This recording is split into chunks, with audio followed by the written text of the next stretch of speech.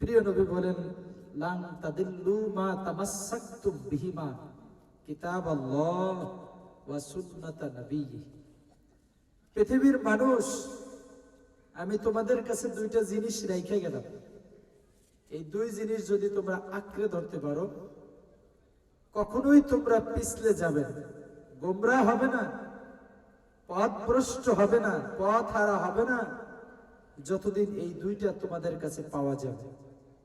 একটা কুরআন আর একটা সুন্নাহ। বলেন কয়টা? কি কি? কুরআন সুন্নাহ। কুরআন সুন্নাহ, এই দুইটা যদি আমার কাছে থাকে, কখনোই গোমরাহ হবে না, কখনোই পথভ্রষ্ট হবে না, কখনোই শয়তান তোমাকে নিয়ে যেতে পারবে না। এবার একদম সত্যি করে জবাব দিবে, কুরআন আজকের মুসলমানের ঘরে আছে? কথা বলেন না। মুসলমানের ঘরে কি কোরআন আছে? তেলাওয়াত হয়? পারে?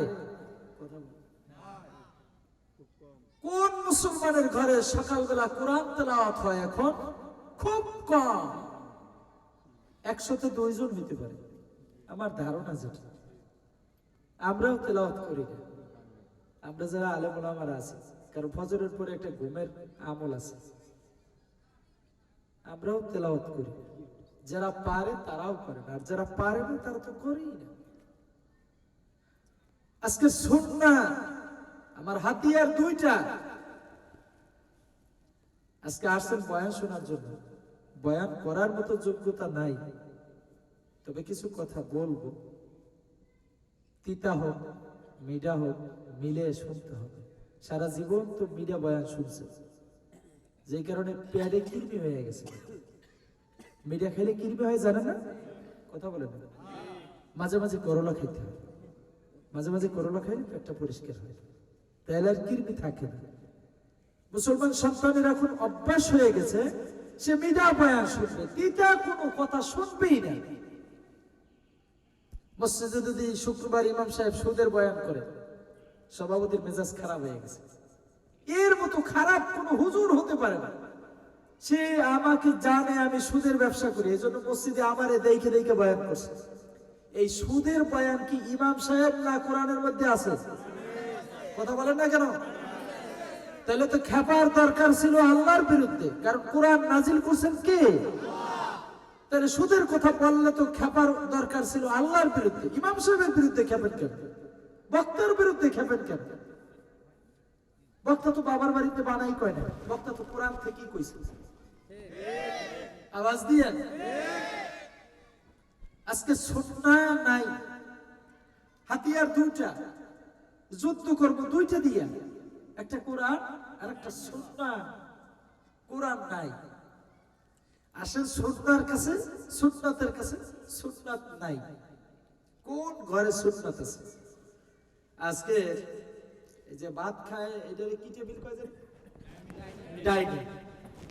ডাইনিং টেবিল যদি কারো ঘরে না থাকে, সে সামাজিক না, আনসোশাল, অসামাজিক। রসুলের ঘরে ছিল না, সাহাবীদের ঘরে ছিল না, তাবিঈদের ঘরে ছিল না, আল্লাহ ওয়ালাদের ঘরে ছিল না। এটা সুন্নাহ পরিপন্থী। এইটা হয়ে গেছে এখন আমার সমাজের সবথেকে বড় সুন্নাত। কথা বলেন না? এটা না থাকলে আমি অসামাজিক।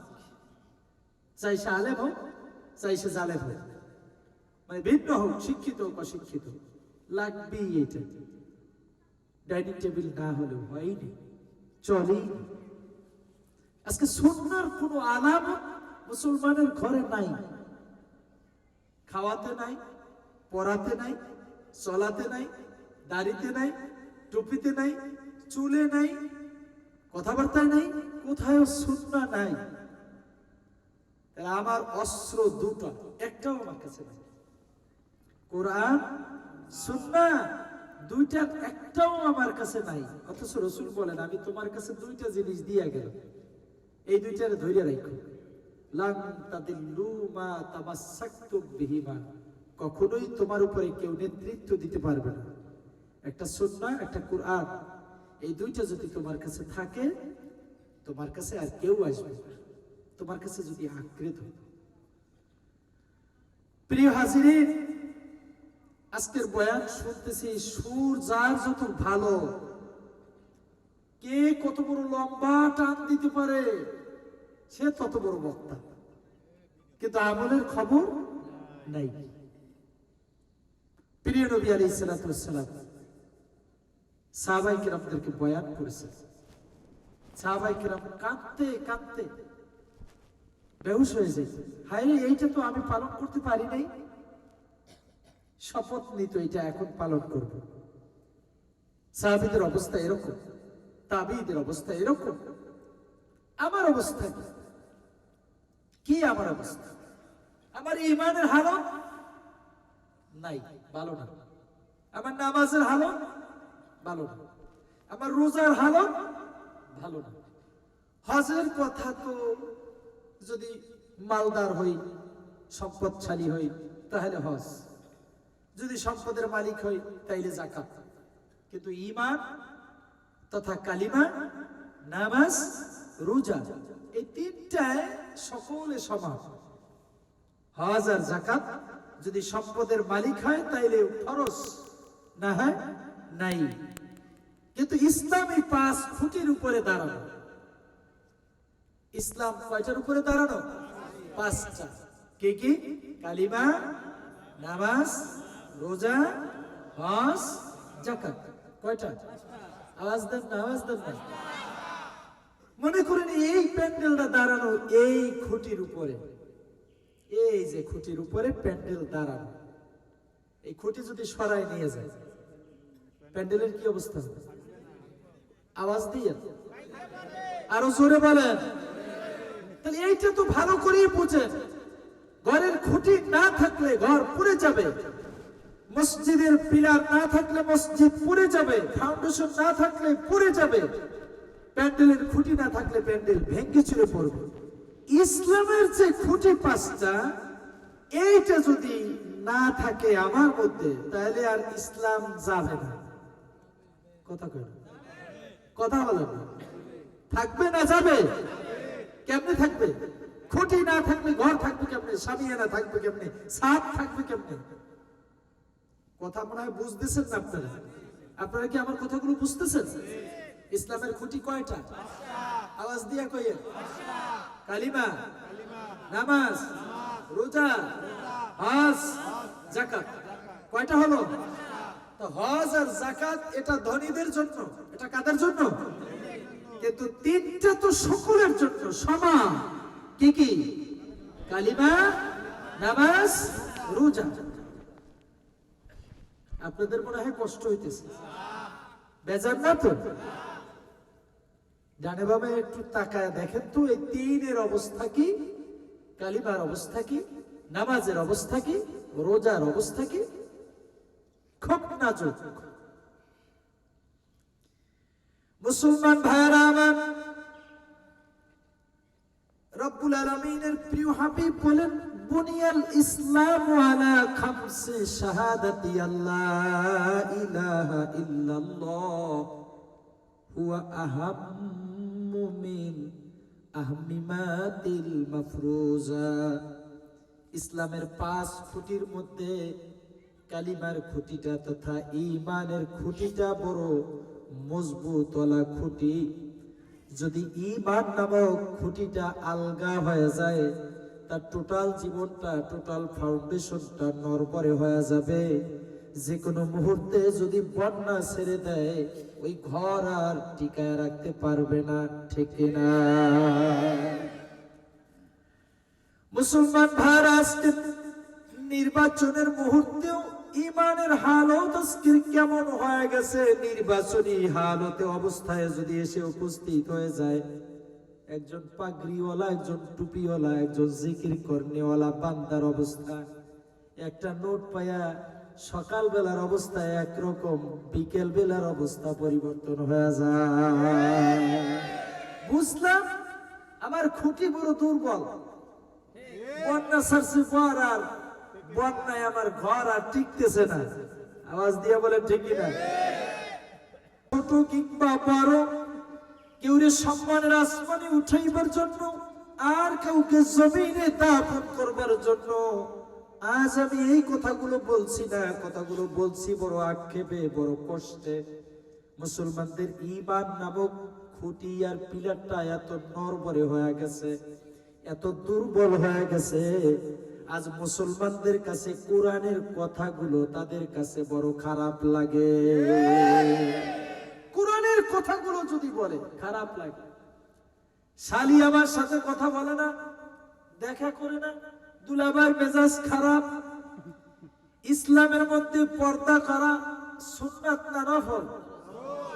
আওয়াজ দিয়ে কয়, আরো জোরে।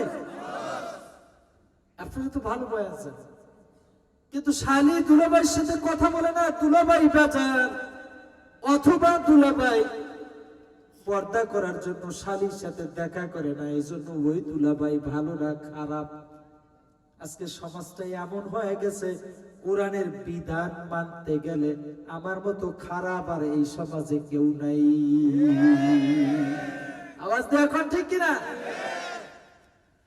পবিত্র কোরআন আল্লাহ নাজিল করেছেন বিসমিল্লাহির রহমানির রহিমের বা থেকে শুরু, মিনাল জিন্নাতি ওয়ান নাস, সিন দিয়া শেষ হয়ে গেছে, বা দিয়া শুরু, সিন দিয়া শেষ, বাস।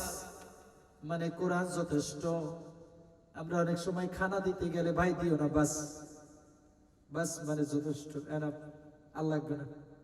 এটা আল্লাহ শিখায় দিয়েছেন আমাদেরকে, বিসমিল্লাহ দিয়ে শুরু, সিন দিয়ে শেষ হয়ে গেছে, বাস যথেষ্ট। এই কোরআন একজন মানুষের জন্য যতগুলি অক্ষর, যতগুলি আয়াত আর বিধান হয়েছে সবগুলি মুসলমানের জন্য যথেষ্ট। বর্ণনা এখানে দেওয়া হয়েছে, অহেতুক কোনো গল্প গুজব এর মধ্যে করা হয় না। এই প্রতিটা সূরার মধ্যে, প্রতিটা লাইনের মধ্যে, আয়াতের মধ্যে মুমিনের জন্য কল্যাণকর বিষয় বলি আলোচনা করে আল্লাহ বলেন যথেষ্ট তোমার জন্য। এই সব বিষয়গুলো মানা মুসলমানদের জন্য জরুরি ঈমান আনার জন্য। যদি কোনো একটা আয়াতকে অস্বীকার করা হয়, ঈমান থাকবে না, বেঈমান হয়ে যাবে। আওয়াজ দিয়ে কয় না, আরো জোরে কয় না, আরো জোরে। আমাদের দেশে কত বেঈমান গুলো হয়ে গেছে, কেউ টেরই পায় নাই। কত বুদ্ধিজীবীরা বেঈমান হয়ে আছে, টেরই পায় নাই। কয়েকদিন আগে আন্দোলন আপনারা শুনেছেন, সমান অধিকারের নামে নারী আর পুরুষ সমান অধিকারের নামে স্লোগান দিয়ে রাস্তায় নামছিল। বাবারে, কোরআনের সব বিধানগুলি অস্বীকার করলেই কাফের হবে এমনটা না। পবিত্র কোরআনের একখানা আয়াত যদি কেউ অস্বীকার করে, নির্বিঘ্নে সে বেঈমান হয়ে যাবে, সন্দেহ নাই। আওয়াজ দিয়ে এখন ঠিক কিনা? একজন 40 বছর পর্যন্ত নামাজ পড়ে না, সে বেঈমান না? কথা বলে। 40 বছর পর্যন্ত রোজা রাখে না, সে বেঈমান না? কিন্তু যদি বলে আমি নামাজ মানি না, আমি রোজা মানি না, এতটুকু কথার কারণে সে বেঈমান হয়ে যাবে। আওয়াজ দিয়ে কোন ঠিক কিনা? আমি আপনাদের খেদমতে একটা হাদিস বলি। একজন পতিতা তালায়ের ব্যবসা, দেহ ব্যবসা করে এক যুবতী মহিলা মক্কার। হাদিসে বুখারীর মধ্যে বর্ণনা আছে, উনি পতিতার ব্যবসা করতেন, দেহ ব্যবসা করতেন। একদিন পতিতা তালায় থেকে দেহ ব্যবসা করে জেনা ব্যভিচারের মতো কাজ করে বাইরের দিকে ফিরছেন। পথিমধ্যে দেখা হয়ে গেছে এক কুকুরের সাথে। সৃষ্টির নিকৃষ্ট একটা প্রাণীর নাম কুকুর।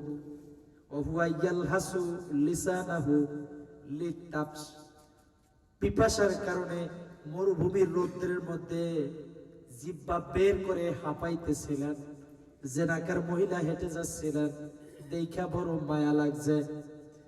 40 বছর পর্যন্ত সে জেনার কাজে লিপ্ত ছিল, পতিতা তালার ব্যবসায় লিপ্ত ছিল। আজ ফিরত যাওয়ার সময় নিকৃষ্ট একটা প্রাণীর উপরে তার দয়া হয়েছে। পানি উঠাইবার মতো পাত্র ছিল না কূপ থেকে।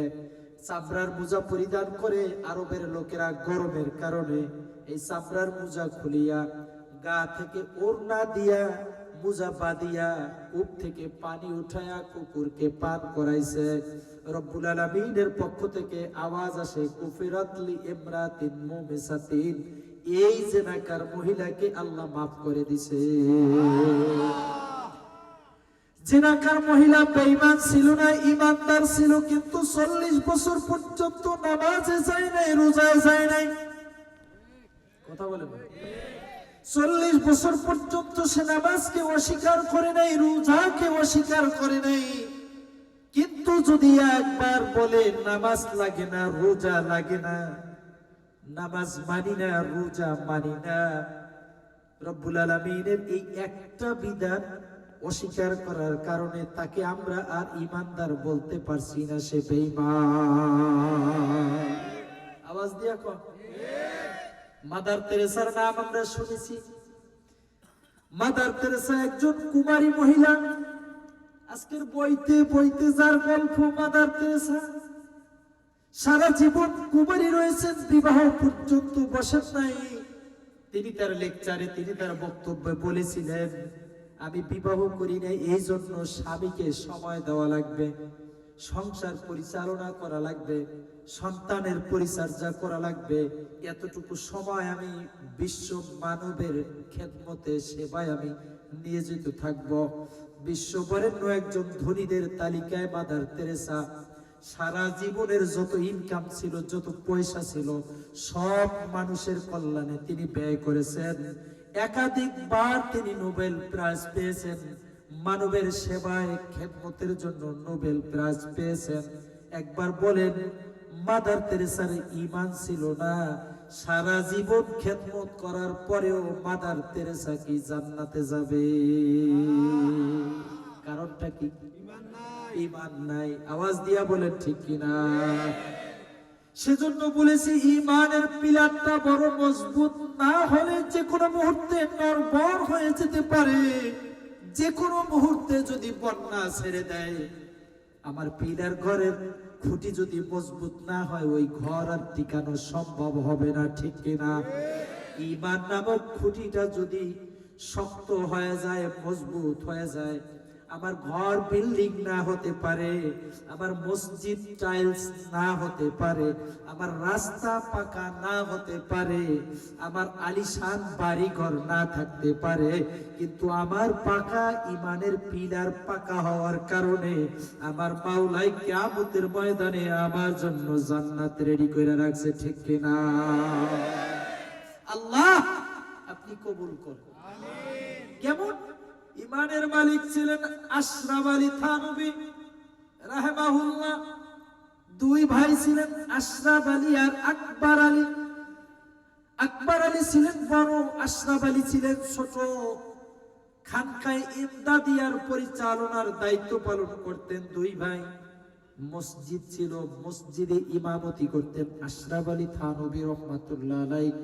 বড় ভাই আকবর আলী আশরাফ আলী থানভীর পিছনে ইক্তেদা করতেন না, মুসল্লি হয়ে নামাজ আদায় করতেন না। আশরাফ আলী গিয়ে মায়ের কাছে বিচার দিয়ে দিলেন, মা, বড় ভাই আকবর আলী আমার পিছনে নামাজ পড়ে না, লোকেরা সমালোচনা করে। বড় ভাই ওর পিছনে নামাজ পড়ে না, ওনার পিছনে নামাজ পড়ে না, আমরা কিভাবে পড়তে পারি? মা বললেন, আকবর আলী তুমি কেন নামাজ পড়ো না আশরাফ আলীর পিছনে?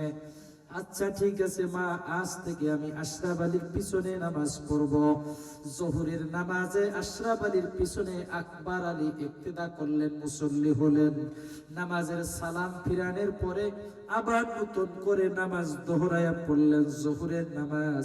মায়ের কাছে গিয়া বিচার দিয়ে দিলেন, মা, আপনার কথা অনুযায়ী আজকের আশরাফ আলীর পিছনে আমি ইক্তেদা করছিলাম, নামাজ পড়ছিলাম, কিন্তু নামাজের ভিতরে আমি রক্তের গন্ধ পেয়েছি, বিদায় আমি আবার নতুন করে নামাজ দোহরায়া পড়ছি। আওয়াজ দিয়া কন্যা সুবহানাল্লাহ। নামাজের মধ্যে রক্তের গন্ধ। আশরাফ আলী বাড়িতে ফিরছেন, মা জিজ্ঞেস করেন, আশরাফ আলী বাবা? জি মা। তোমার অভিযোগ অনুযায়ী আমি আকবর আলীকে তোমার পিছনে নামাজের জন্য নির্দেশ দিয়েছিলাম, আকবর আলী আজ তোমার পিছনে নামাজ পড়ছে, কিন্তু নামাজের ভিতরে রক্তের গন্ধ পেয়েছে, বিদায় নামাজ আবার দোহরায়া পড়ছে, ঘটনা কি? আশরাফ আলী বুঝাইয়া বলো। বললেন, মা এটা বোঝানো যাবে না, বলা যাবে না। কেন? বলো, আমি শুনবো। না মা, বলা যাবে না, মহিলাদের সংক্রান্ত একটি মাসালা। বাবা বলো, সমস্যা নাই। আশরাফ আলী বললেন, মা, মহিলারা প্রতি মাসে অসুস্থ হয়, পিরিয়ড চলে তাদের। এই যে তাদের প্রতি মাসের মধ্যে 5 দিন 7 দিন তাদের রক্তক্ষরণ হয়। এই মাসালাটা আমার এতদিন পর্যন্ত বুঝে আসতেছিল না। আজ নামাজের মধ্যে এই মাসালাটা আমার বুঝে আসছে, সমাধান হয়ে গেছে। সেহেতু রক্ত সম্পর্কিত মাসালা হওয়ার কারণে বড় ভাই আকবর আলী নামাজের মধ্যে রক্তের গন্ধ পেতে পারে। আওয়াজ দিয়া কন্যা সুবহানাল্লাহ। এ মুসলমান ভাইও, আমার ঈমানের পরই হলো নামাজের স্থান। নামাজ কেমন ঈমানের মালিক হয়েছিলেন? নামাজের মধ্যে ইমাম সাহেব রক্তের মাসালা সমাধান করেছে। পিছনে বসে একজন মুসল্লি রক্তের ঘ্রাণ পাইতে হলে কি পরিমাণ ঈমানের তার প্রয়োজন, কেমন ছিল তার নামাজের অবস্থা, নামাজের হালাত কেমন ছিল, তার ঈমানের হালাত কেমন ছিল, তার নামাজের অবস্থা। আজকে আমার নামাজের অবস্থা, নামাজের ভিতরে আমি দোকানের হিসাব করে ফেলাই, আমি ফ্যান গুনি, মশা মারি, বাজে চিন্তা আমার মাথায় এসে ভর করে। কারণটা কি? ঈমান নামক পিলারটা এখনো আমার মজবুত হয় নাই। আওয়াজ দিয়ে কোন ঠিক কিনা? ঈমান নামক পিলার এখনো নড়বড়ে, নাজুক, ধাক্কা দিলেই পড়ে যাবে, কচু পাতার মতো। আওয়াজ দিয়ে কয়। আজকে যদি বলা হয় শহীদ হওয়া লাগবে, হুজুর আপনার শহীদ আপনি হন, আমার বহুত কাজ আছে, বাড়ি, গরু ছাগল আছে, ফ্যামিলি আছে, বাচ্চা কাচ্চা আছে, এদের পড়াশোনা আছে, প্রাইভেট আছে, মক্তব আছে, মসজিদ আছে, মাদ্রাসা আছে, দায়িত্ব পালন করা লাগবে, গরু ছাগল আছে। কে যাইবে ঢাকার সমাবেশে দিনের জন্য? আজকের যদি ইসরাফিল ফু দিয়া দেয়, আজকে যদি ইসরাফিল বাঁশি বাজা দেয়, আপনার গরু পরে থাকবে, ছাগল পরে থাকবে, বাসা বাড়ি, ফ্যামিলি, জায়গা জমি সব পরে থাকবে। কেউ আর পরিচালনার দায়িত্বটা পালন করতে পারবে না। আওয়াজ দিয়া কোন ঠিক কিনা? ঈমান মহাসম্পদ, মহা এক সম্পদের নাম এক ঈমান। আজকের ঈমানের অবস্থা এত নাজুক, যে কারণে আমাদেরকে বলে কেউ পার করাতে পারছে না, আমাদেরকে কথা বলে কেউ কাজ করাতে পারছে না। ইব্রাহিম নবী আলাইহিস সালাতু ওয়াস সালামকে আল্লাহ হিজরতের নির্দেশ দিয়ে দিলেন। বিবি সারাকে নিয়ে ইব্রাহিম নবী রওনা করলেন ফিলিস্তিনের জমিনের দিকে। প্রতিমধ্যে বনি ইসরাইলের জমিনের উপর দিয়া যাচ্ছে। ফেরাউনের কাছে সংবাদ পৌঁছায় গেল, আপনার জমিনের উপর দিয়ে এক জোয়ান মহাপুরুষ যাচ্ছে, আর সাথে এক যুবতী, সুন্দরী রূপসী এক যুবতী যাচ্ছে। আপনি এদেরকে অ্যাটাক করতে পারেন। সৈনিক পাঠায় এদেরকে অ্যারেস্ট করায় বন্দী করে দিলেন। বিবি সারা ছিলেন ইব্রাহিম আলাইহিস সালামের স্ত্রী, তাকে এক রুমে আটকায় দিলেন, আর ইব্রাহিম নবীকে আর এক রুমে আটকায় দিলেন। ফেরাউন রাতে রাতারে মনের বাসনা পূরণের জন্য, জেনার মতো কাজে লিপ্ত হওয়ার জন্য বিবি সারার দরজার কাছে গিয়ে উপস্থিত হয়ে গেলেন।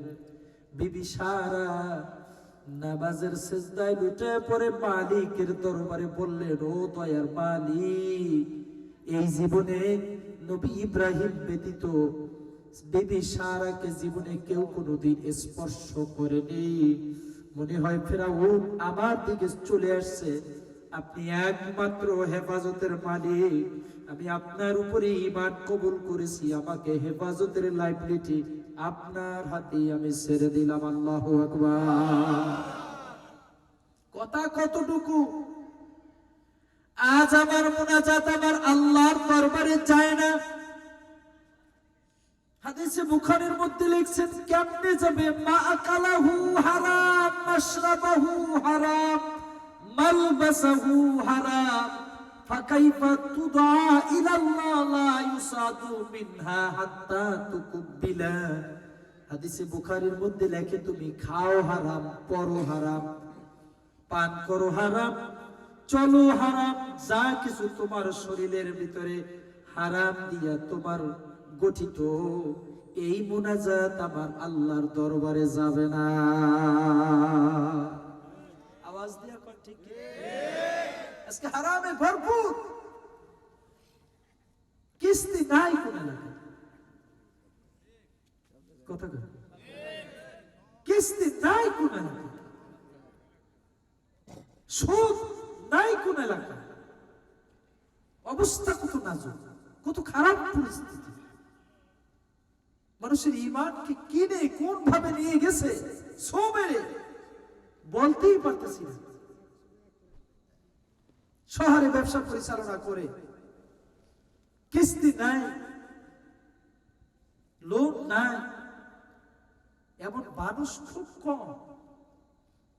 কি দরকার ছিল আপনার এই বেশি খাওয়ার জন্য, বেশি পড়ার জন্য, বেশি করার জন্য? কি দরকার ছিল?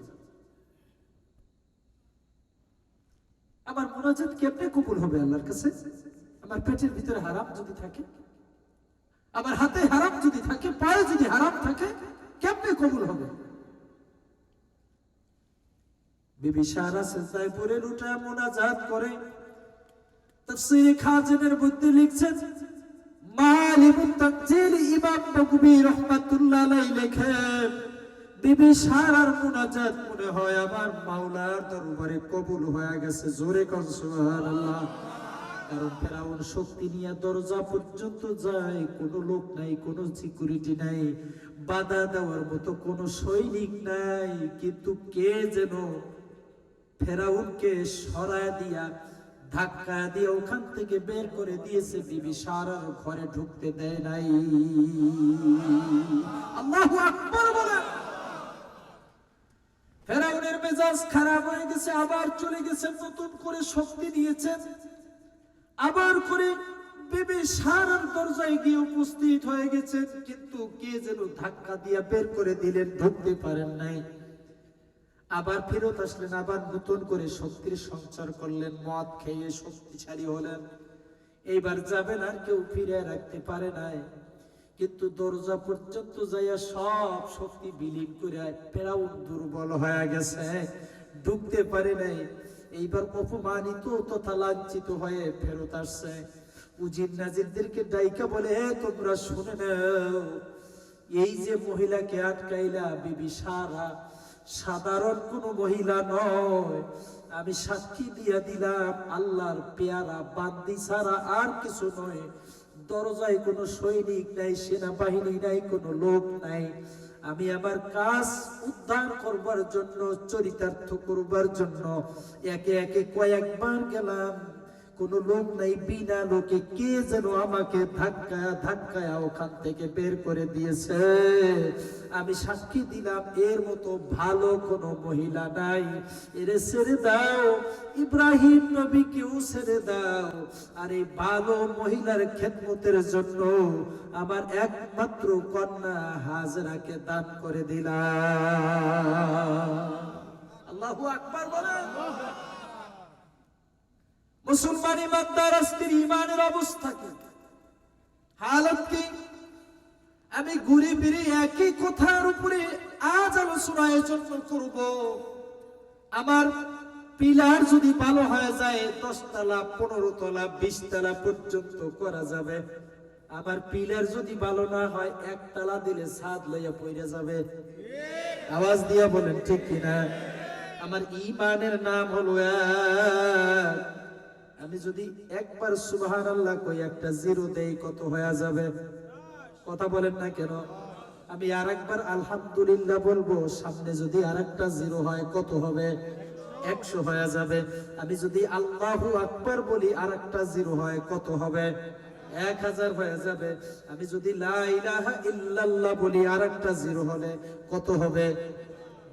10,000 হবে। কথা বলেন না কেন? সুতরাং আমার ইমানের নাম যদি এক, এক যদি আমার ঠিক হয়ে যায় সব আমার কাজে লাগবে।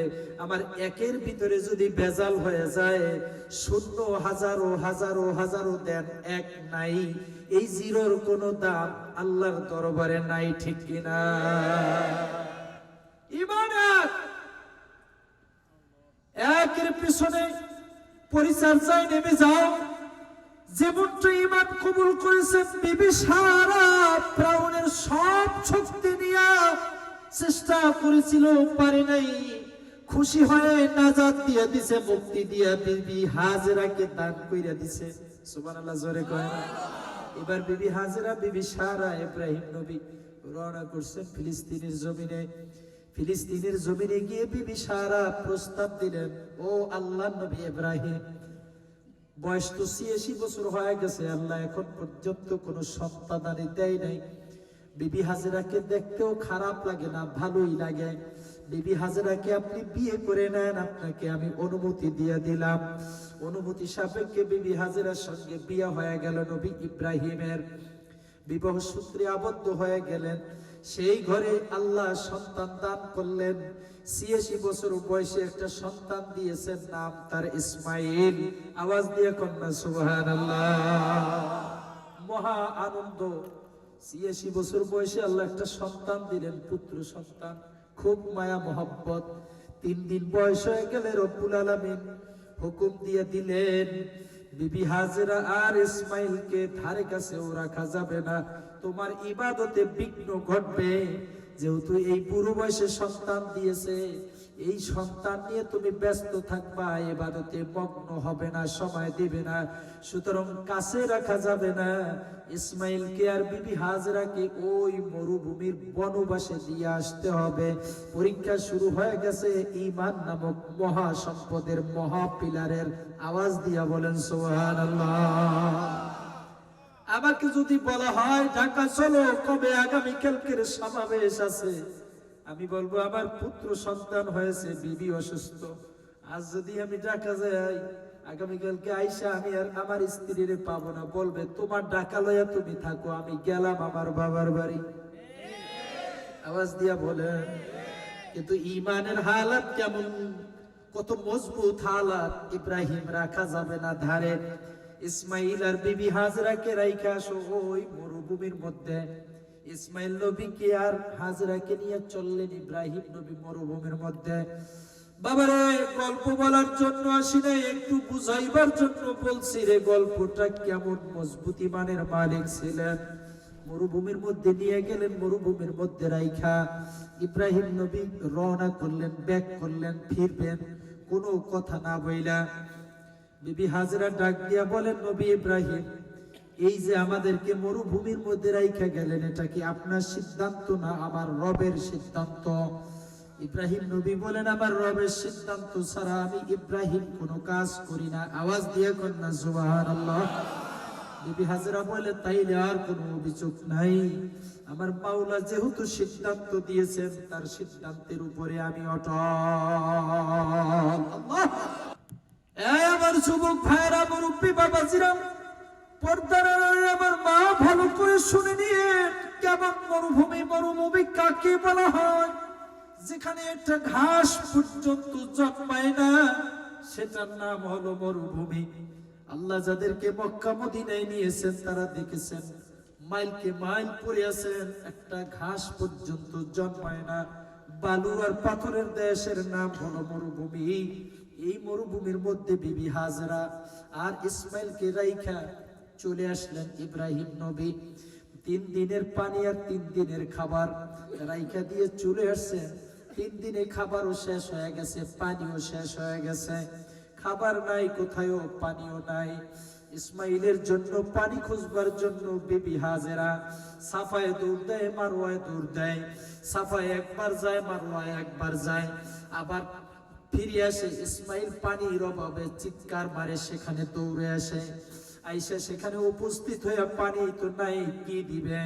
তাফসীরের মধ্যে লেখছেন, মাঝে মাঝে বিবি হাজেরা জিহ্বা খানা ইসমাইলের মুখের ভিতরে ঢুকায় দিত, একটু শুষে যদি একটু ঠান্ডা হয়, কিন্তু পানি না থাকলে সেখানেও বা কিভাবে জিহ্বাটা ভিজা থাকবে, জিহ্বাটা পর্যন্ত শুকায় গেছিল। বিবি হাজরা আবারও দৌড়ায়, সাফায় গিয়ে ওঠে, মারওয়ায় গিয়ে ওঠে, এইভাবে করে দৌড়াদৌড়ি করে কোথাও মিলছে না। সাফা পাহাড়ের উপরে উঠে একদিন সকালবেলা ফজরের পর উঠে কান্না করে আর বলে, মালিক তুমি আর কত ঈমানের পরীক্ষা নিবা, আমরা ধৈর্য হারায় গেলে ঈমানের পরীক্ষা দিতে পারবো না। হঠাৎ করে তাকা দেখে ইসমাইলের পায়ের গোড়ালি থেকে চিকচিক করে যেন আলোর মতো বাতির মতো দেখা যাচ্ছে, চিকচিক করছে। বিবি হাজরা ভাবলেন কোনো অসুবিধা পড়ে গেল, দৌড়ে এসে দেখেন ইসমাইলের পায়ের গোড়ালি থেকে পানি উঠে চতুর্দিক থেকে বহিয়া যাচ্ছে। বিবি হাজরা বললেন, জমজম থামো থামো। চতুর্পাশ দিয়া বালু দিয়া বাদ দিতেছেন আর বলছেন, জমজম থামো থামো, যাইও না। বালু দিয়া বাদ দিয়া পানি আটকা রাখতে পারলেন না, পানি উঠতেছেন আর বহিয়া যাচ্ছেন, যেন নর্দমা হয়ে বিভিন্ন দিক থেকে বিভিন্ন দিকে ছুটছেন। বিবি হাজরা পানি পান করলেন, ইসমাইল নবীকেও পানি পান করালেন। পানিগুলো ছুটে ছুটে যত দূর পর্যন্ত যাইতেছে তত দূর পর্যন্ত নিচ থেকে গাছ গজায় উঠতেছে। আওয়াজ দিয়া কন্যা সুবহানাল্লাহ। গাছ উঠতেছে, বড় হইতেছে, ফুল ধইরা গেছে, ফল ধইরা গেছে, চোখের সামনে তাকায় দেখতেছে। পানিগুলো বহিয়া যায়, উতলায় ওঠে আর বহিয়া যায়, যত দূর যায় শুধু ফলের গাছ জন্মাইতেছে, ফল হইতেছে, পাকতেছে। ইসমাইল নবী খায়, বিবি হাজেরাও খায়।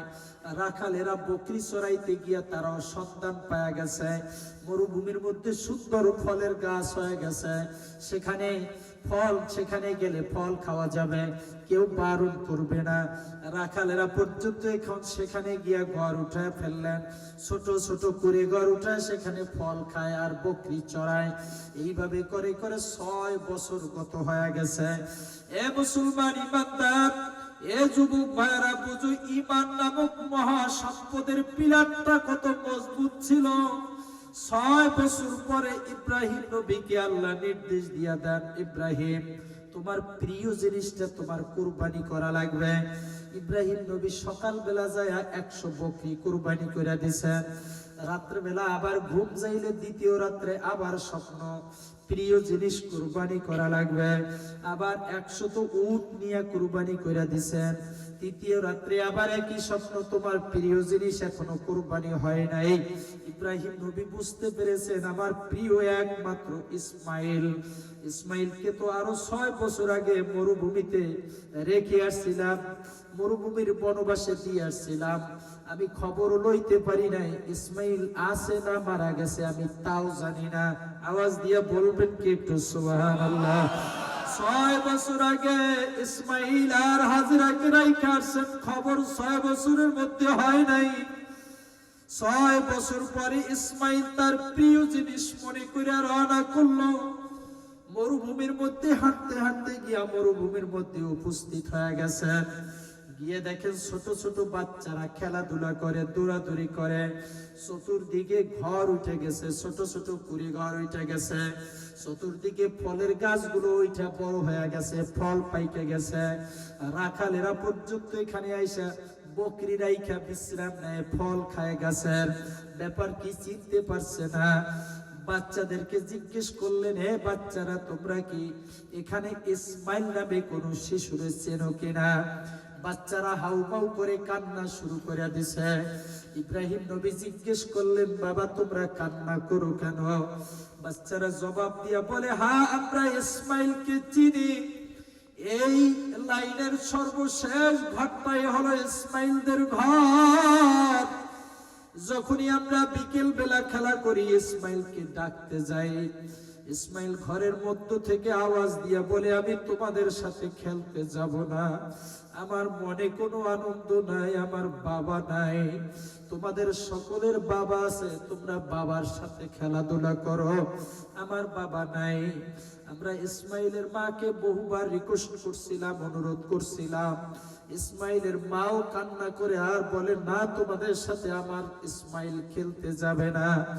ঘরের মধ্যে মা আর ছেলে দুইজনে শুধু কান্না করে দিন পার করে। ইসমাইলের আমরা বহুবার বলেছি, কোনো রাজি হয় নাই। ইব্রাহিম নবী বললেন, বাচ্চারা তোমরা ইসমাইলের ঘরটা একটু দেখায় দাও। বাচ্চারা নিয়ে ইসমাইলদের ঘর দেখা দিলে দরজায় দাঁড়ায় সালাম দিয়া বললেন, আমি ইব্রাহিম হাজির। দরজা খুলে দিলেন, সালাম কালাম হলো, মত বিনিময় হলো। ইসমাইলকে পরিচয় করা দেন, বাবা এই তোমার বাবা ইব্রাহিম, আমাদেরকে এই মরুভূমিতে রাইখা তিনি দ্বীনের কাজের জন্য চলে গিয়েছিলেন। ইব্রাহিম নবী ডাক দিয়া বলে, পরিচয় দীর্ঘ করা যাবে না, আমি বেড়াইবার জন্য আসি নাই, আর গল্প করার জন্য আসি নাই। ইসমাইলকে সাজায় দাও, রবের দাওয়াতে যেতে হবে। বাবারে, ঈমান কেমন ছিলেন, ঈমানের পিলারটা কেমন ছিল? 6 বছর বয়স পরে বাচ্চার কাছে আসছে, বলে দেয় গল্প করার জন্য আসি নাই, বেড়াইবার জন্য আসি নাই, সাজায় দাও, রবের দাওয়াতের জন্য চলে যাব। সাজায় দিলে দুইজন মিলে চলে গেলেন মিনা বাজারে। মিনা বাজারে যেখানে বর্তমান হাজিরা গিয়ে কুরবানি করে, ওই মিনা বাজারে গিয়ে বললেন, বাবা আজ রাত্রে আমি স্বপ্নে দেখছি আমি তোমারে জবাই করি, আমি তোমারে জবাই করতেছি। ফানজুর মাজা তারা, তোমার মতামত ব্যক্ত করো, তোমার মতামত কি? আমি তোমারে দেখছি জবাই করি, এতে তোমার মতামত কি? ক্বালা ইয়া আবাতি ফাআল মা তুমারু সাতাজিদুনি ইনশাআল্লাহ। ডাক দিয়া বললেন, বাবা আপনি যা দেখেছেন, যা আদিষ্ট হয়েছেন, আল্লাহ আপনাকে যেই আদেশ করেছে বাস্তবায়ন করুন, আমাকে ধৈর্যশীলদের কাতারে পাইবেন ইনশাআল্লাহ। জোরে কন্যা সুবহানাল্লাহ।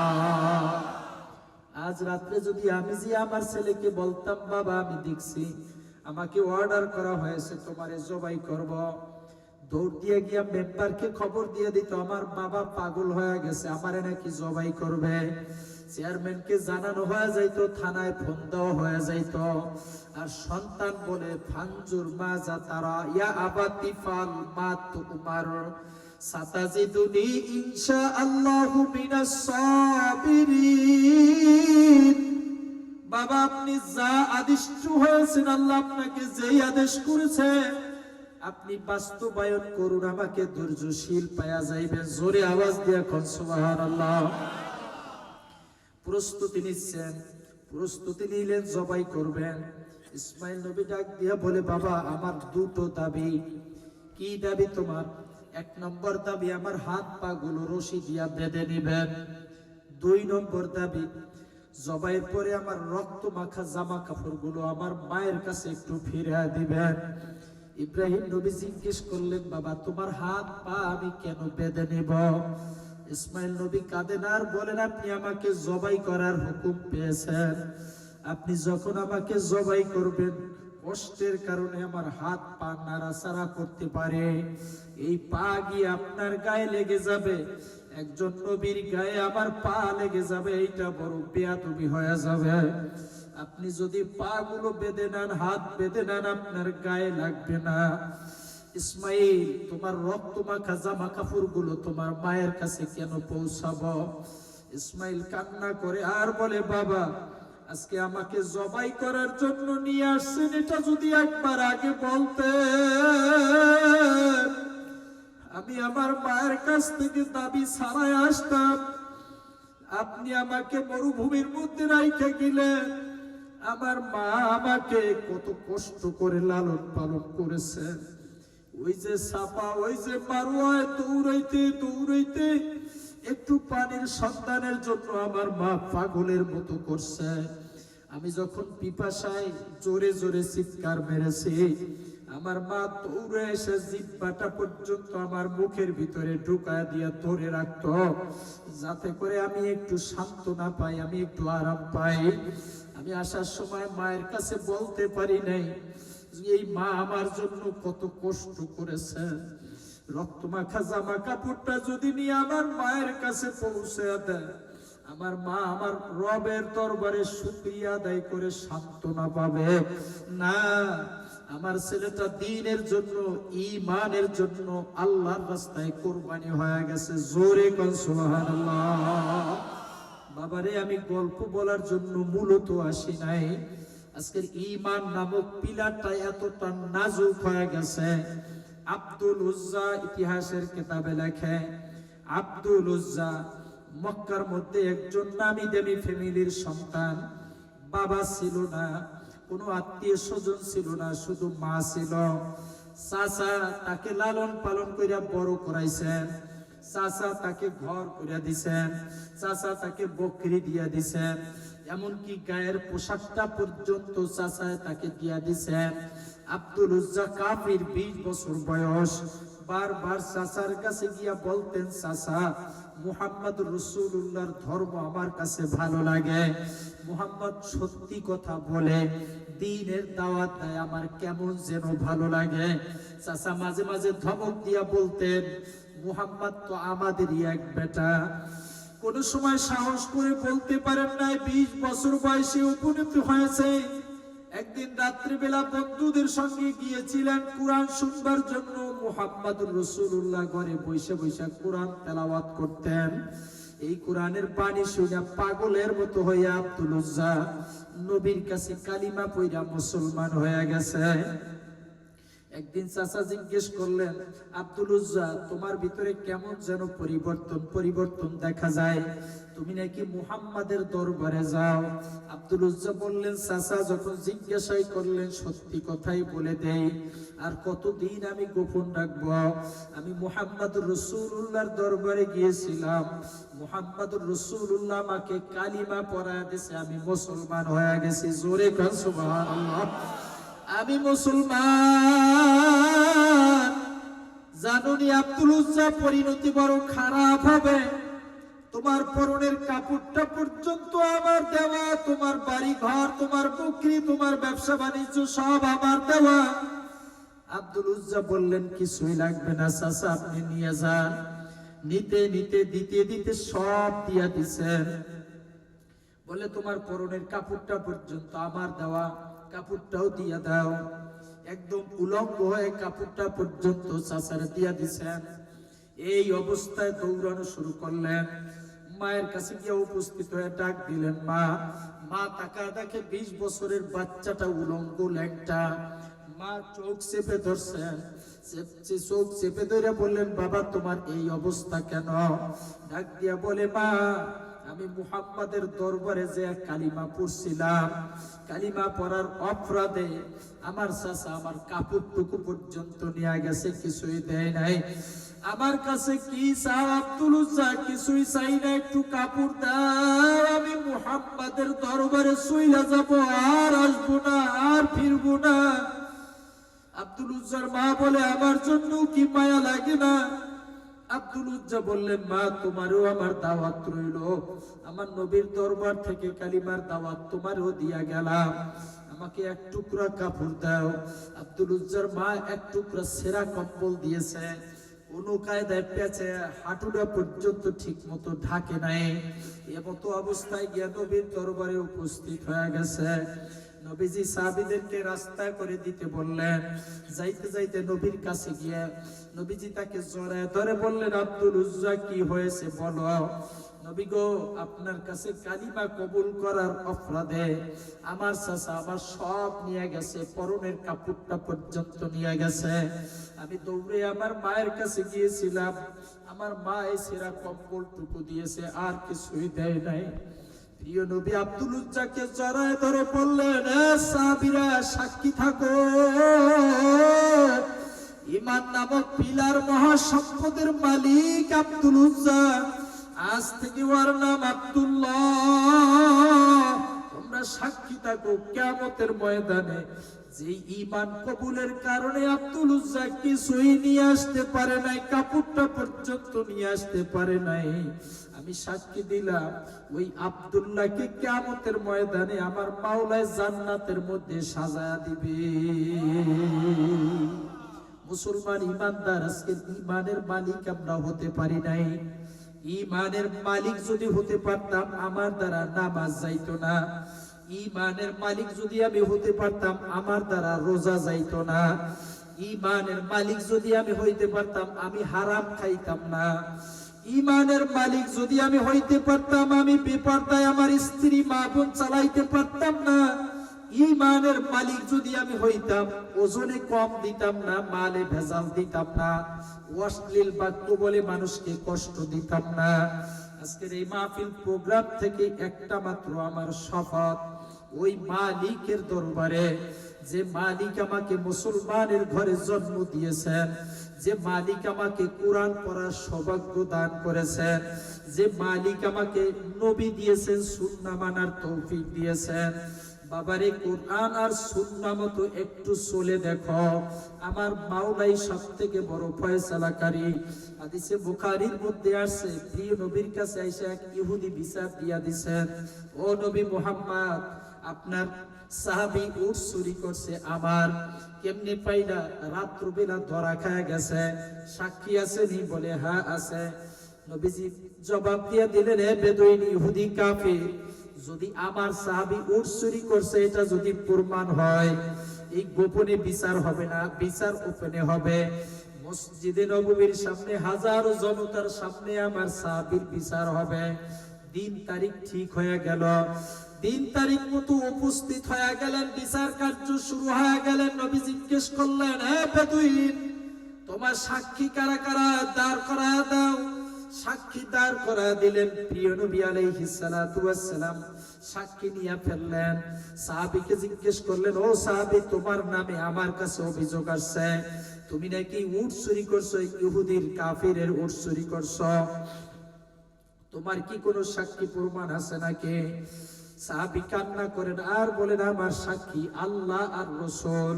প্রিয় নবী বলেন, আল্লাহকে সাক্ষী মানা ইসলামের শরীয়তে জায়েজ নাই, আর আমাকে সাক্ষী মানলে হবে না, কারণ আমি এখন বিচারক, আমি এখন হাকিম, আমি এখন বিচার করব, আমি এখন জজ।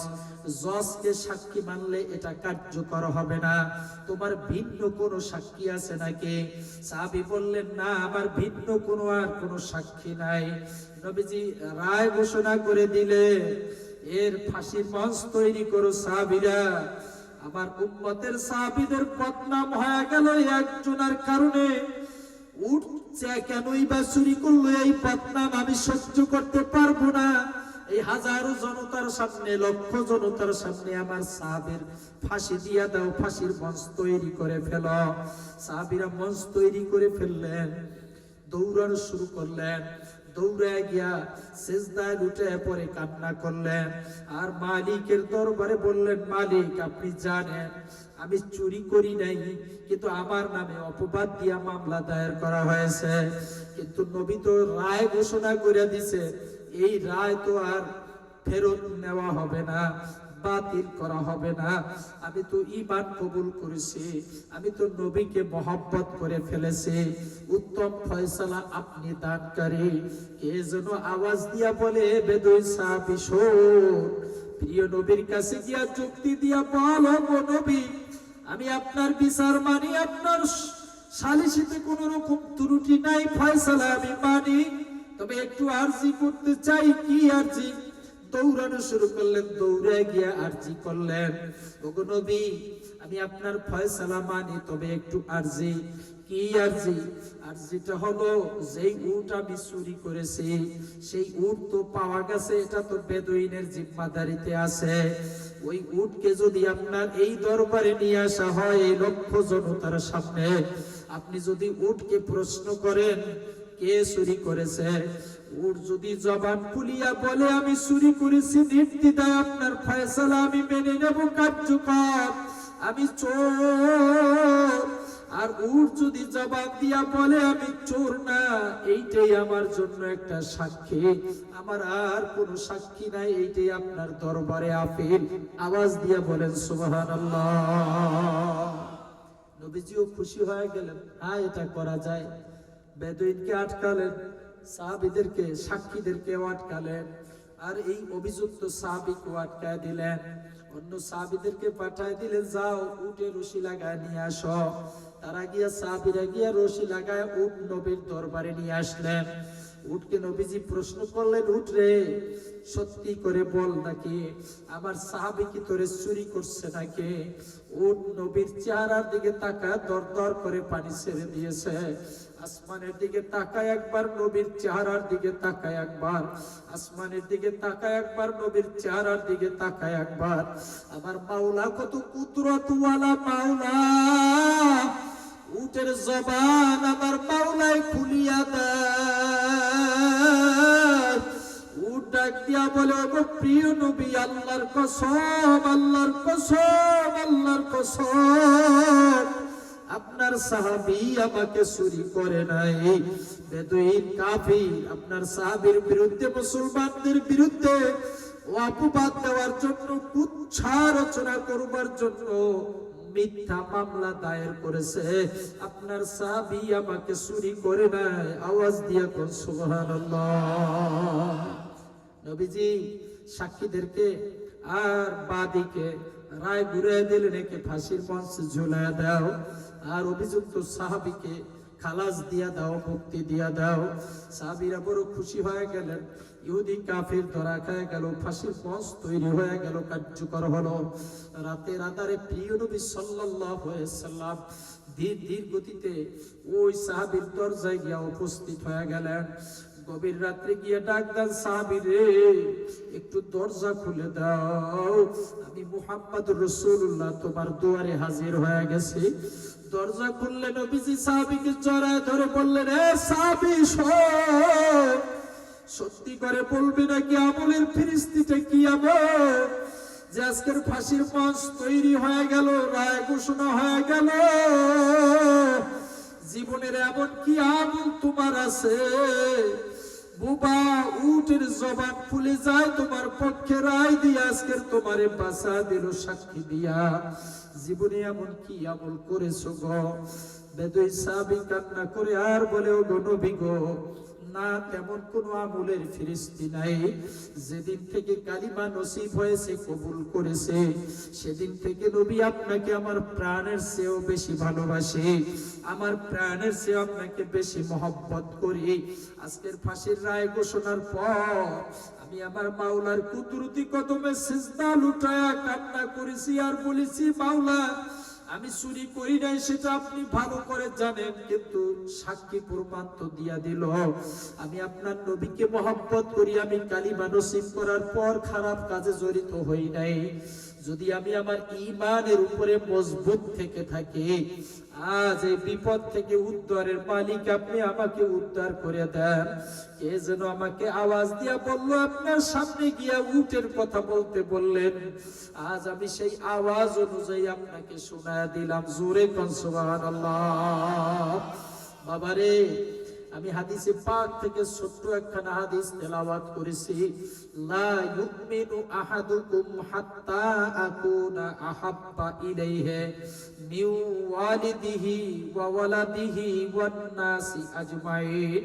প্রিয় নবী বলেন, তুমি মুমিন হবে না, তুমি মুত্তাকি হতে পারবে না যতক্ষণ পর্যন্ত তুমি তোমার মা বাবা, তুমি তোমার ছেলে মেয়ে, সন্তান সন্ততি থেকে, মা বাবা থেকে, ওয়ান্নাসি আজমাইন সাধারণ মানুষের থেকে আমি নবীকে বেশি মহব্বত করতে না পারবে, ততক্ষণ পর্যন্ত তোমরা মুমিন হতে পারবে না। আওয়াজ দিয়া কন্যা সুবহানাল্লাহ।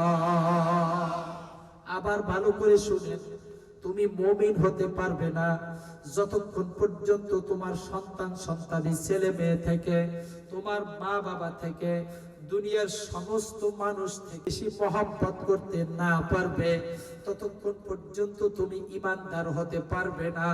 বাবারে, আজকের আমার ঈমান কতটুকু, আমি কতটুকু ঈমানের মালিক হতে পারছি। আজকের গিয়া বালিশে মাথা রাইখা ঘুমায় ঘুমায় চিন্তা করিও, আমি আমার সন্তানের থেকে আমি রাসূলকে বেশি ভালোবাসতে পারছি কিনা, আমি আমার মা বাবা থেকে আমার রাসূলকে বেশি ভালোবাসতে পারছি কিনা, আমি আমার নেতার থেকে আমি আমার রাসূলকে বেশি মহব্বত করতে ভালোবাসতে পারছি কিনা। যদি পারো তুমি মুমিন, যদি পারো তুমি মুমিন, যদি পারো তুমি মুমিন। আর যদি রায় না দেয়, ভোট না হয়, এখনো নেতার জন্য তোমার মায়া বেশি, রাসূলের থেকে মহব্বত বেশি, তুমি রাগ করো, বেজার হও, কষ্ট পাওয়ার যা করো, তোমার নাম এখনো ঈমানদারের তালিকায় যায় নাই। আওয়াজ দিয়া বলো ঠিক কিনা। যতক্ষণ পর্যন্ত আমার নবী বলেন তোমার ছেলে মেয়ে, তোমার মা বাবা, দুনিয়ার সমস্ত মানুষের থেকে আমি রাসূলকে বেশি মহব্বত করতে না পারবা, ঈমানদার হইতে পারবা না, ঈমানদার হইতে পারবা না। কেমন মহব্বত করেছিলেন রে বাবা। আবু বকরের সেই ঘটনা তো ভালো করেই আপনারা জানেন। আবু বকরকে নবী বলছিলেন, আবু বকর হিজরত করা লাগবে, মক্কার পরিবেশ বেশি ভালো না। বিদায় ওয়া নিহায়া আল্লামা ইবনে কাসির লিখছেন, বুখারীর হাদিস শরীফের উল্লেখ উদ্ধৃতি হয়েছে, আবু বকর দিনের বেলা এখন নবীর দরবারে আসে, রাতের বেলা এখন আর আসে না। সাহাবীরা অভিযোগ দিলেন আবু বকর রাতের বেলা আসে না। নবীজি শুনেও শুনলেন না। কোন বর্ণনা আছে 6 মাস, কোন বর্ণনা আছে 2 বছর। 2 বছরের বর্ণনা বেশি।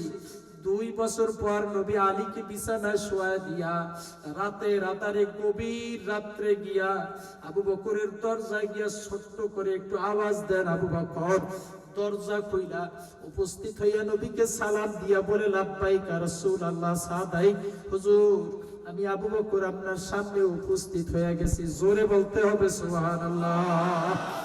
নবীজি বললেন, আবু বকর গভীর রাত, তুমি কি ঘুমাও নাই? আবু বকর দর করে কান্না করে আর বলে, নবী আল্লাহর কসম, আপনি 2 বছর আগে বলছিলেন আবু বকর হিজরত করা লাগতে পারে, রেডি থাকিও। 2 বছর পর্যন্ত এই দরজার সঙ্গে হালাত দিয়ে দাঁড়া থাকতাম, রাত্রিবেলা ঘুমাইতাম না। কারণ আমার নবী আয়েশা রাত্রিবেলা যদি ডাকাডাকি করা লাগে, একবারের বেশি ডাক দেওয়া লাগে, এটা আমার নবীর সাথে বিয়াদবি হয়ে যাবে, আমি ঈমানদার হতে পারবো না। নবী শুধু আমি একা, আবু বকর না, ওই যে তাকা দেখেন আমার মেয়ে হাফসা 2 বছর পর্যন্ত রাতের বেলা রুটি বানায় বানায়া নবীকে মেহমানদারি করাইবে, সেজন্য সজাগ। আপনার জন্য আমি একটা ঘোড়া কিনছিলাম, ওই যে দেখেন ঘোড়াটা এখনো দাঁড়ানো। 2 বছর পর্যন্ত ঘোড়াটা শুয়ে ঘুমায় নাই, দাঁড়ায় দাঁড়ায় আপনার জন্য অপেক্ষা করছে। আওয়াজ দিয়া কন্যা সুবহানাল্লাহ। নবী বললেন, আবু বকর হিজরত করতে হবে, এখনই চলতে হবে। আবু বকর বললেন, আমি রেডি। এ মুমিন বাবা, যুবক বাবা, আমি যদি রাত্রিবেলা ডাক দিয়া বলি, বাবা চলে আমার সাথে একটু চলেন, আমি একটু বরিশাল যাব, বিপদে আছি, চলেন একটু চরমোনাই যাব, আপনি বলবেন আমাকে আগে বললেন না কেন? আমি তো রেডি হয়ে আসি নাই, আমি তো প্রস্তুতি নেই নাই, আগে বললেই তো হতো। আর আবু বকর বললেন, নবী আমি রেডি, কারো কাছে বলা লাগবে না। না, 2 বছর আগে বইলা রাখছি, নবী আয়েশা ডাক দিলে আমি নবীর সঙ্গে হিজরত করে চলে যাব। আওয়াজ দিয়ে বলবেন সুবহানাল্লাহ। আমারে আর পাইবা না, আমি চলিয়া যাব হিজরত করিয়া। নবী আমি রেডি, আর কারো কাছে বলা লাগবে না। নবীজি আবু বকরকে নিয়ে চললেন। ফর্সা হয়ে গেল, ফজর হয়ে গেল। আবু বকর বললেন, আমাদেরকে ধরে ফেলবেন। নবী বললেন, না, আমাদের সঙ্গে আল্লাহ আছে। সুবহানাল্লাহ, জোরে বলেন না, কে আছে আমাদের সঙ্গে? আরো আওয়াজ দিয়ে বলেন, কে? গুহার মধ্যে আশ্রয় নেবেন। এই যে গুহা দেখা যায়, এই গুহার মধ্যে আমরা আশ্রয় নেব, রাত্রিবেলা আবার চলবো। নবীজি রওনা করলেন। আবু বকর হাত টেনে ধরলেন, নবী আপনি যাবেন না, আমি আগে যাব। এটা অব্যবহৃত গুহা, সাপ বিচ্ছু থাকতে পারে, আপনাকে কামড়াতে পারে, আমি আবু বকর আগে যাব।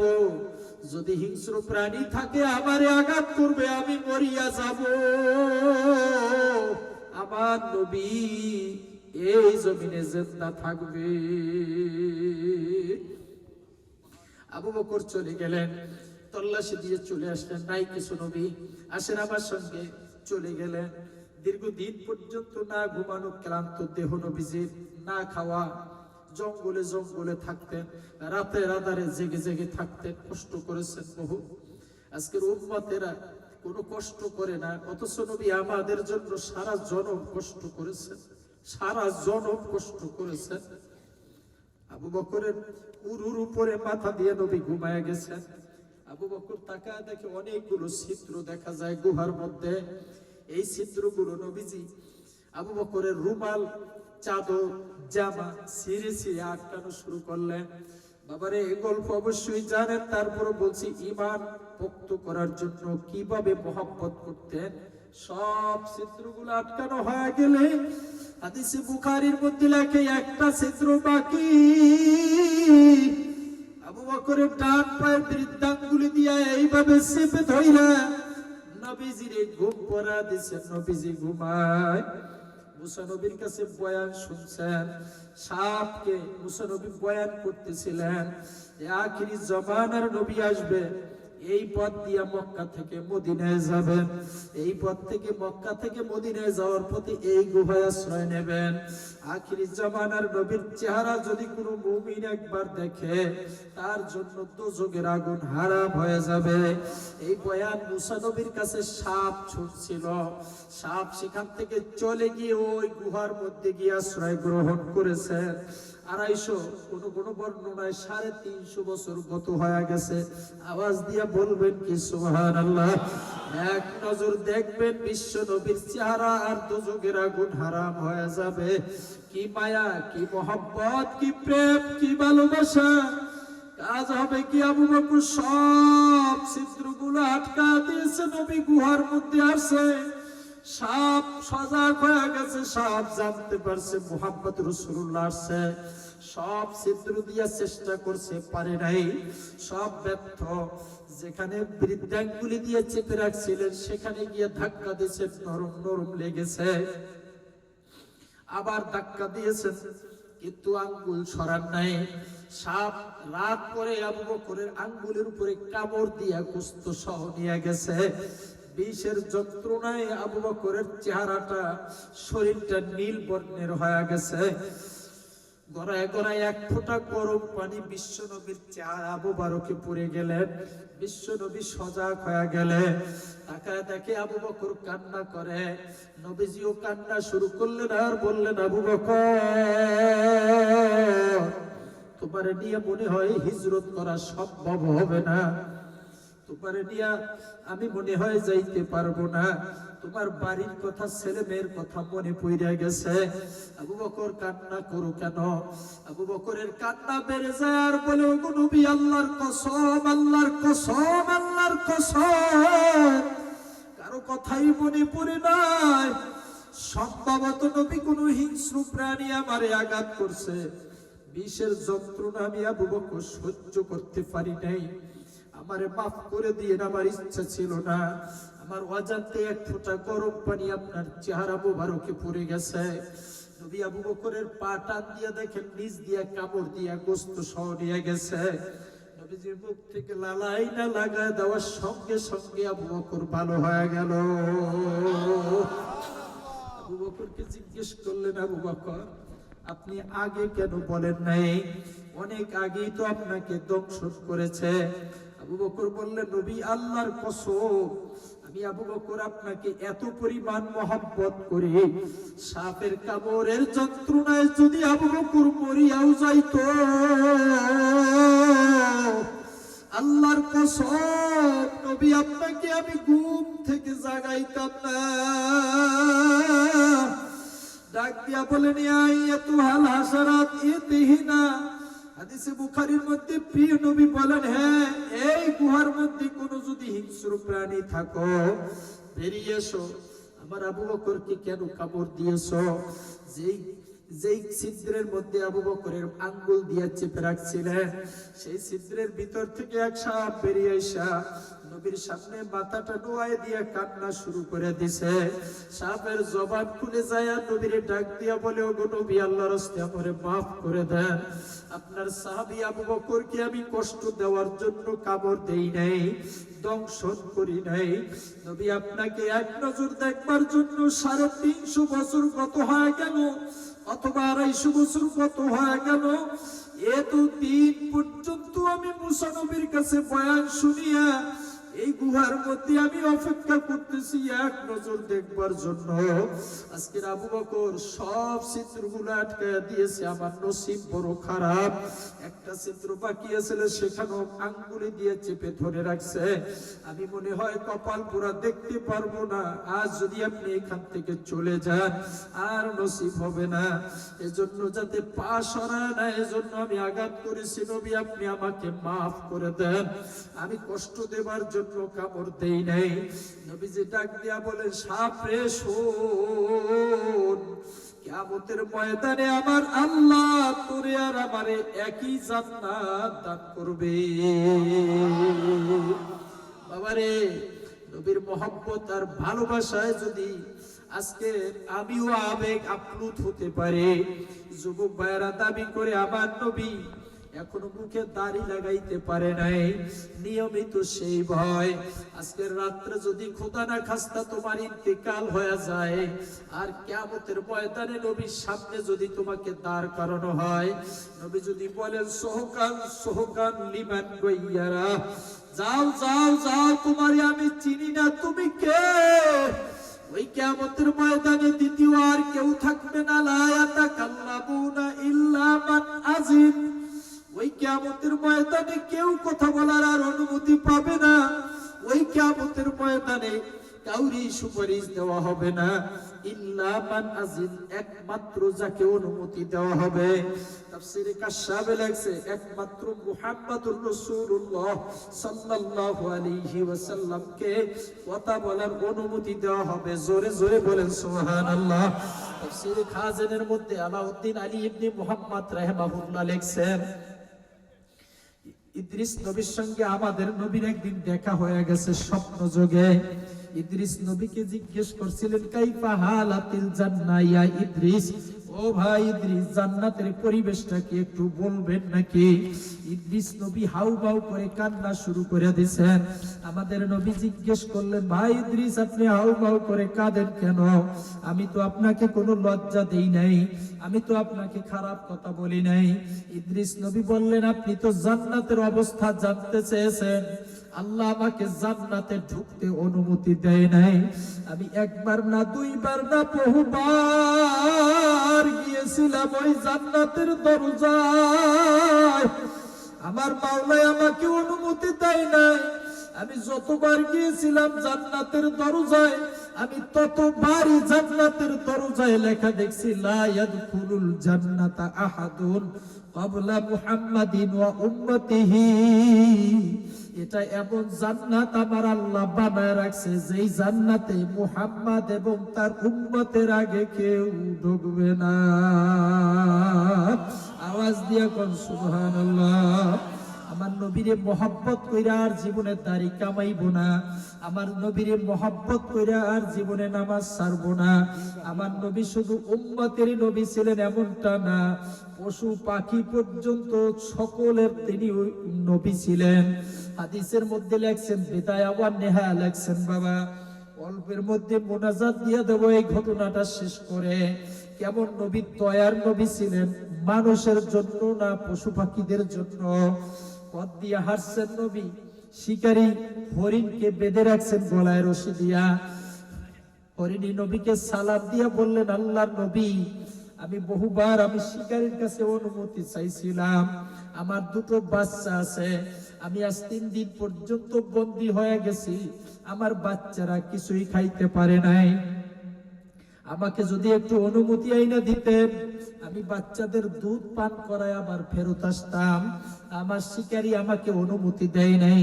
প্রিয় নবী ডাক দিয়া বলেন, অনুমতি দাও, ছেড়ে দাও, আমার সাথে ওয়াদা করছে হরিণী আবার ফেরত আসবে। একটু আওয়াজ দিয়ে বলবেন কি সুবহানাল্লাহ। আমার সাথে ওয়াদা করছে হরিণী আবার ফেরত আসবে। শিকারী হাসে আর অপমান করে বলে, মুহাম্মদ তুমিও পাগল হয়ে গেছো, তোমারে তো এই জন্যই পাগল বলেছে। বন্য প্রাণীরা যদি একবার ছুটে যাইতে পারে আর কি সেখানে ফেরত আসে নাকি? নবীজি বললেন, আমার সাথে ওয়াদা হয়েছে আসবে, যদি না আসে রশি আমার গলায় লাগায় দাও, আমি এখানে বন্দি থাকবো। আর হরিণী তার বাচ্চাকে দুধ পান করা, তারপরে আসলে আমাকে ছাইরা দিও।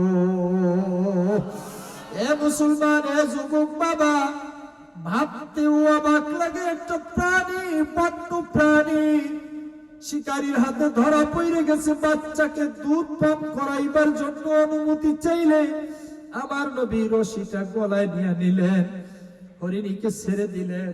হরিণী দৌড়ে গিয়ে উপস্থিত, বাচ্চারা দুধ পান করবে। বাচ্চাদেরকে লক্ষ্য করে বলেন, হে বাচ্চারা শোন, আজকের আর মন বইরা দুধ পান করতে পারবি না, শুধু তোদের থেকে বিদায় নেওয়ার জন্য আসছি।